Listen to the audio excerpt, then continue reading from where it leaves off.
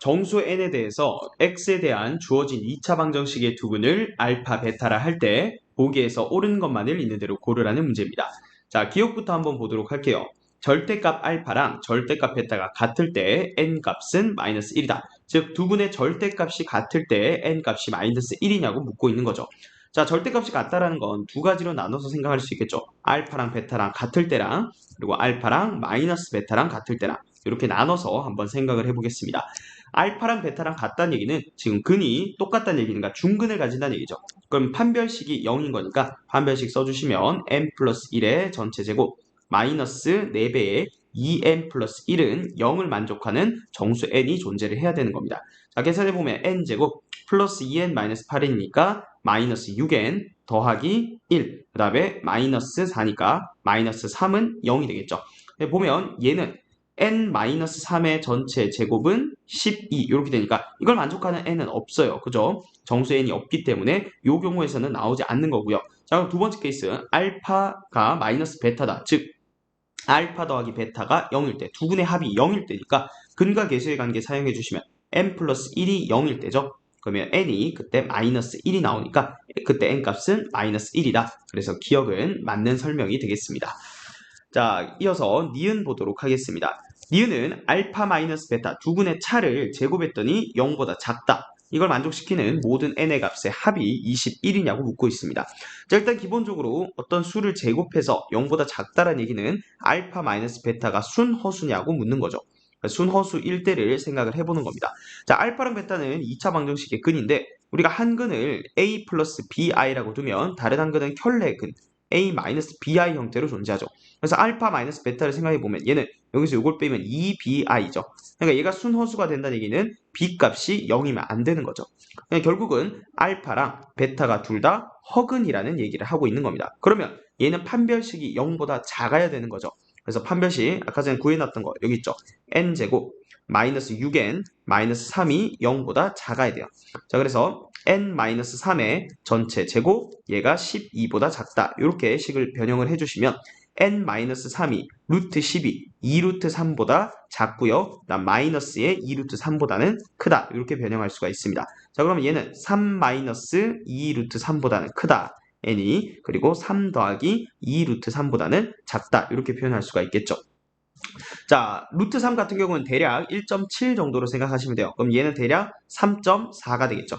그럼 얘는 마이너스 0. 얼마보다는 크고 그 다음에 얘가 3.4니까 6. 얼마보다는 작다. 어차피 우리 정수만 생각할 거니까 가능한 n값은 0부터 1, 2, 3, 4, 5, 6까지 가능하겠네요. 총 7개의 값이 가능하죠. 자, 일단 모든 n값의 합을 물었으니까 0은 뭐 더해도 0이니까 결국 1에서부터 6까지를 더해달라는 거고요. 계산해 주시면 21이다. 니은도 맞는 설명이 되겠죠. 자, 마지막으로 디귿 보도록 하겠습니다. 자, 여기 이 부분은 좀 지우고 디귿을 보시면 부등식이 나와 있는데요. 알파 더하기 베타보다 절대값 알파 더하기 베타가 크고요. 그 다음에 절대값 알파, 각각의 절대값의 합보다는 또 작다라고 되어 있습니다. 자, 기본적으로 이 부등식에서 여기 등호들이 다 들어간다면 얘는 절대 부등식이에요. 항상 성립하는 건데 지금 등호가 빠져있다는 얘기는 어떤 조건들이 추가가 됐다라고 생각을 하시면 돼요. 자, 그래서 천천히 한번 생각을 해볼게요. 자, 먼저 이 부분, 이 오른쪽에 있는 이 부등식부터 우리가 한번 해석을 해볼게요. 절대값 알파 더하기 베타가 각각의 절대값의 합보다는 작다라고 돼 있죠. 기본적으로 우리 여기 주어져 있는 이 x는 절대로 0이 될 수 없어요. 왜? 0을 넣으면 2n 플러스 1은 0을 만족하는 정수 n이 있다는 얘기인데 그건 모순이죠. 그러니까 여기 알파랑 베타는 둘 다 절대로 0이 아니다라는 거 생각을 일단 해주셔야 되고요. 자, 그러면 여기에서는 우리가 알파랑 베타의 부호에 대한 얘기를 할 수가 있는데 만약에 알파도 양수고 베타도 양수였다고 생각해 볼게요. 그러면 좌변은 알파 더하기 베타죠. 그다음 우변도 그냥 알파 더하기 베타니까 이러면 두 개가 같아 버려요. 등호가 돼 버리니까 얘는 모순이에요. 그다음 알파도 음수고 베타도 음수라 해볼게요. 그러면 얘는 마이너스의 알파 더하기 베타가 되고요. 얘는 마이너스 알파 마이너스 베타니까 얘도 같아져 버려요. 그래서 얘도 모순이에요. 결국은 이 오른쪽 부등식에서 얻어낼 수 있는 것은 두 근의 부호가 서로 다르다라는 조건을 얻어낼 수가 있는 겁니다. 자, 그리고 이제 이 왼쪽에 있는 요 부등식 한번 볼 거예요. 자, 요 부등식에서 우리가 알 수 있는 것 또 한번 생각을 해볼게요. 자, 얘는요, 우리가 이제 두근이 부호가 다르다는 것까지는 판단이 됐고요. 그러면 가능성이 예를 들어서 알파랑 베타 순서랑 상관없이 하나는 3이고 그리고 하나는 마이너스 2였다고 해보죠. 그러니까 한근은 음수인근은 마이너스 2, 그다음에 양수인근은 3이었다고 해보죠. 그러면 두 개 더하면 얼마인가요? 1이죠. 그다음에 절대값 알파 더하기 베타 해주면 얘도 1이죠. 그럼 얘도 같아져 버려요. 그러니까 얘도 모순이죠.